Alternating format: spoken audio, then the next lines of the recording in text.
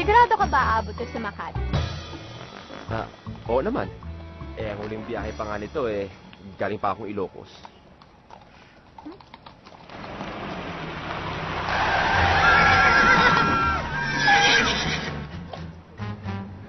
Loko to! Kalurky! Ang yabang-yabang! Papatay mo ba kami? Matuto ka magmaneho! Erickson? Naku, pasensya ka na kasi sabi ni Peter sagasaan ko daw kayo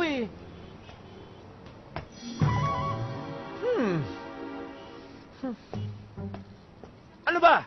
Hanggang dito ba sa lupa nag-aasik ka ng lagim? Di ka pa nakontento sa impyerno? Hoy, ikaw na ang pastupang anemic ka. Sino ba kasi nagsabi sa'yo ihara-hara mo rito yung kabayo mo? Sa iba to? May pangalan mo? Paalam ako? Saan ako tadaan? Oo, sa susunod yun ang dapat mong ginawa. At ikaw, sa susunod, kung wala kang pantaksi, tawagan mo ako. Hindi nagtsatsaga ka sa kalesa. Diyos ko, ang baduy mo, ang ganda mo pa man din. Ang salbahe mo. Paano pa kayo ugali mo kung gumanda ka, no? Tsaka mo, girl. Ano? Hoy! Uy! Kung inaakala mong mas maganda ka sa akin, kung iniisip mong mas maganda ka sa akin, Oh, ano? tama ka. Kaya tumban niyo yan. Sasagasa kayo mga yan. Baklang Umalis na kayo, tototohanin niya yan, pinsahin ni Lucifer. Ano sabi mo? Ano sabi mo? Ano sabi mo? Pinsan ko si Lucifer? Hindi ko siya pinsan. Ano mo siya? Textmate ko lang.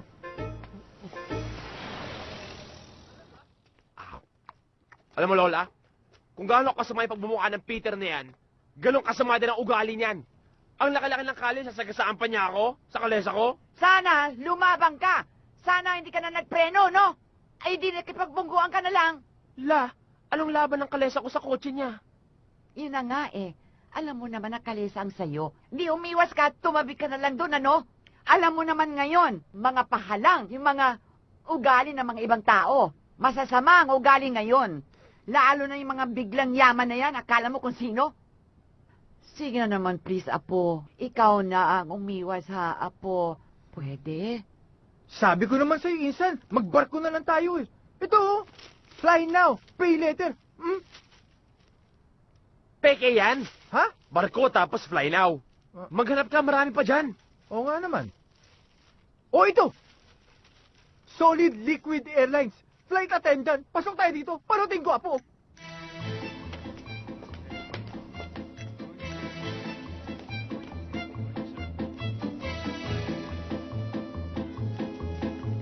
Good morning po.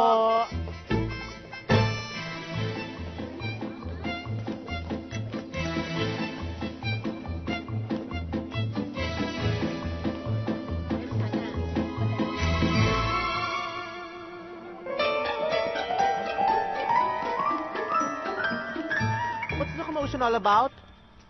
Sir, mga aplikante po natin, kapalit ng mga nag-mass resignation ng mga tauhan natin last week. Ganon?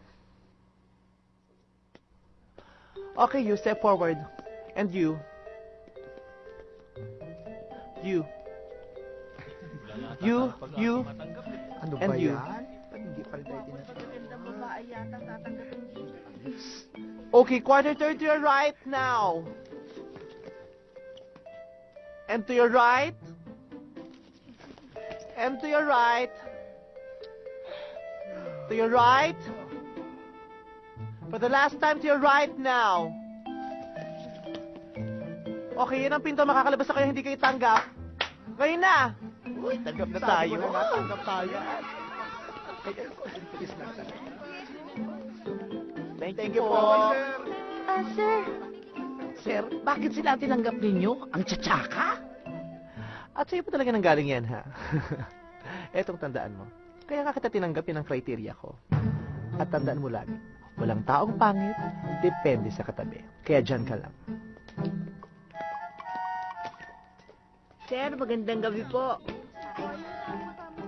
Anong meron? Ba't bukas lahat ng ilaw? Dumating po yung anak ni Maita galing sa Amerika.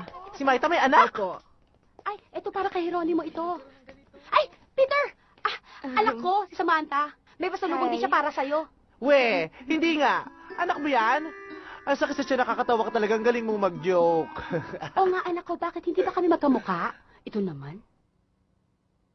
Gusto mo magsinungaling ako sa'yo? Bago may pagpatuloy ang paglait sa nanay ko. Ito ang birth certificate ko. Nagpagawa ka pa sa recto, ha?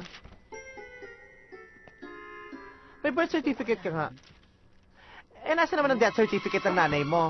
Yung death certificate ko doon, nasaan? Meron ba kayo? Ano ka ba? Buhay ka pa. Oo nga. Ako yung pinaaral ni Tita Biday sa States. Nung araw na pinulot ka niya, siyang alis ko. Bakit nilihim niyo sa akin to? Sir, siguro naman po nilihim lang ni Senyora Biday dahil baka nga po magselos kayo. Kasi nga, alam ni Senyore ang ugali mo. Hid-hid yung budhi mo. Makasarili. Sakim. O ikaw, may opinion ka rin? Ha? Wala po. Bata pa po kasi ako nun eh. Pero usap-usapan nung sa opisina, demonyo raw kayo sa lupa. Nabalitaan mo yun? Ano ba sinasabi? Oo. Maganda yan ganyan. Sana lang alam nyo kahihinat na namang sinasabi nyo, ha? Magsilasya kayo dito! Ayoko kayo makita! Hindi mo pwedeng gawin yan. Nasa last will and testament ni Tita Biday na may properties at pera rin siyang iniwan para sa akin. At sa opisina kung saan ka nagre-reyna-reynahan, may share din ako doon. Nasa last will din na hindi mo kami pwede tanggalin sa bahay na ito. Kundi 50% ng lahat ng mamanahi mo mapupunta sa amin. Ganon. Kaya ang lalakas ng loob niyong takutin ako. Hindi naman po sa ganun, sir. Sinabihan lang naman po namin kayo para malaman nyo kung bakit inilihim sa inyo ni Senyora ang lahat. Oo nga. Yun lang. Sige. Pero hindi nakasaad sa last will and testament ng mama kung paano ko kayo tatratuhing lahat. Anak, pasensya ka na. Dito ka pinatulog ng impaktong Peter na yan, ha? Akala ko nga ho, exaggerated lamang ang mga kwento tungkol sa kanya. Totoo pala? Ay, nako.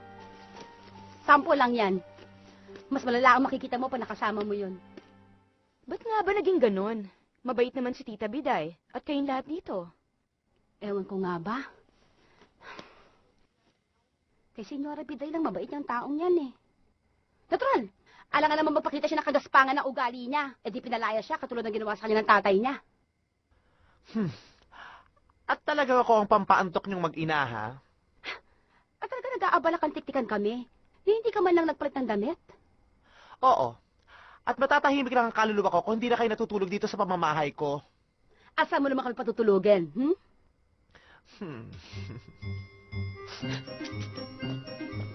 Maita, huwag ka nang umiyak. Hindi iniyakan yung hayop na yun. Sinong hayop dito? Itong mga kasama natin sa kwadra o si Peter? Both. Matching type lang sila. Ano? Nahihiya ako sa iyo eh. Okay lang, ma. Hindi tayo magpapatalo sa kabayo. Yung mga kasama niyo dito sa kwadra o kay Peter? Both.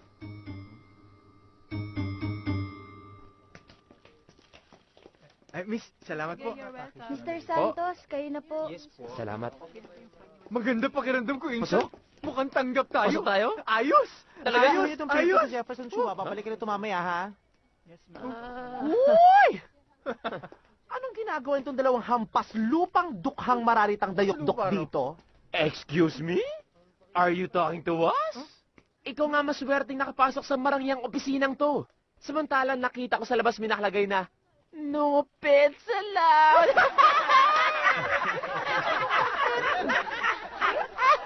Sino ba kasi nagpapasok sa inyo dito? Kung nga dapat tinatanong namin yan eh. Dahil ang pagbumukha mo, dapat sa kwadra. Dahil mukha kang... Kabayo! Tigidig. Kaya pala nag-apply na niya mag-abroad kasi naghihirap na.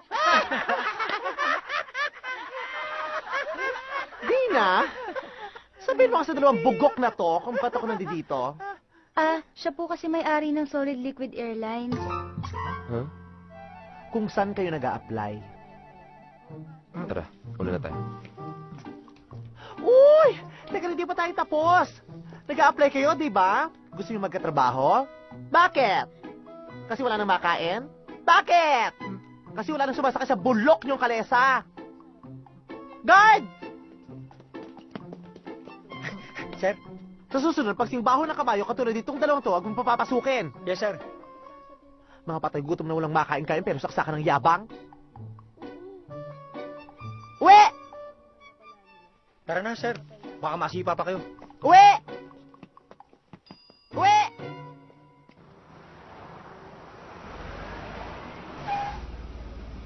Ba't ka huminto? Gusto niyo ibangga ko 'to sa sasakyan ninyo sa sasakyan sa harap natin. Eh kung ibangga ko yung ulo mo sa windshield, para sagot ka? Nagmamadali na nga ako, ano ba yan?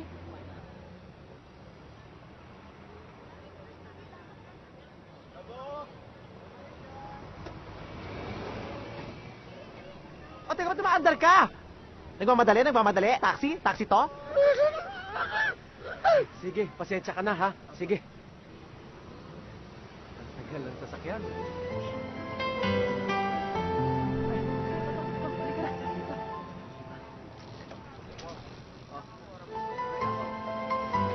Dati ha? Apo. Ay, dali, sundali mo yung mama at saka yung bata, dali! Sino dyan? Yung nasa pedicab! Pronto! Tonto!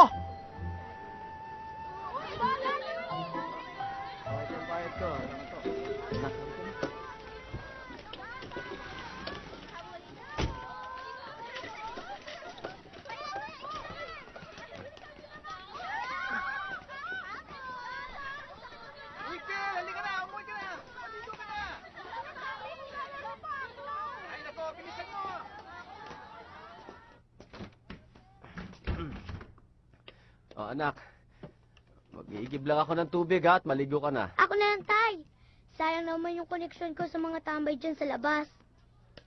Kung hindi ko rin sila mautusan, magpahinga na lang kayo. At magluluto na ako. Alam mo anak, ang bata-bata mo pa, ang dami mo nang alam sa buhay. Paano para utos ka? Ha? Palaasa. Lahat na lang pinapagawa kahit bata pa. Sino ka? At anong kinalaman namin sa shoulder pads mo? Ah, hindi ba sa shoulder pads anak? Baka player siya ng football. Sa kita talaga nakahikohosan nyo, nakukuha nyo pang pumunchline, no? Kung di mo ako natatandaan, pues magpapakilala ako. Ako ang batang pinagmalupitan mo 15 taon na nakalilipas. Pedro? Anak? Malamang, alangan naman asawa mo. Kung sa bagay, ay kung kamukha ko naman talagang inay dahil sa sobrang pagbabalupit mo. Tay, siya po si Kuya Pedro ko. Bakit akadamit pang babae? Kapag dukha ba, hindi alam ang salitang bakla? O baka naman sa mga naikwento mo sa kanya, sadyang hindi mo ikunento ang kasamaan mo sa mga bakla. Anak, naiintindihan ko ang galit mo. Naiintindihan ko talaga. Pero maniwala ka, hinanap kita. Hinanap kita ng matagal na panahon. Kaya nga ako napadpad dito sa Maynila eh. At dito ko nakita ang napangasawa ko, ang nanay ni Pauline, kapatid mo. Kuya, huwag ka na mag-emote dyan. Nakakawala ka ng ganda eh. Bati-bati na lang para masaya. May katabilan ka, no? Magpasalamat ka, mahina na tong ama mo. Dahil kung hindi, malamang pinutol niya ng dila mo sa sobrang kadaldalan mo. Yun nga eh, nagbago na ang tatay. Kaya sana mapatawad mo na siya. Tawad? Sa palengke na lang ginagawa ang tawad.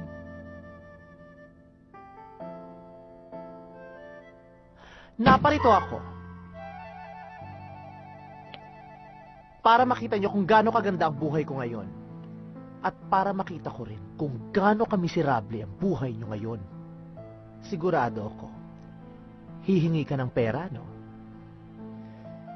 Hindi anak. Kung meron man akong gustong hilingin sa'yo,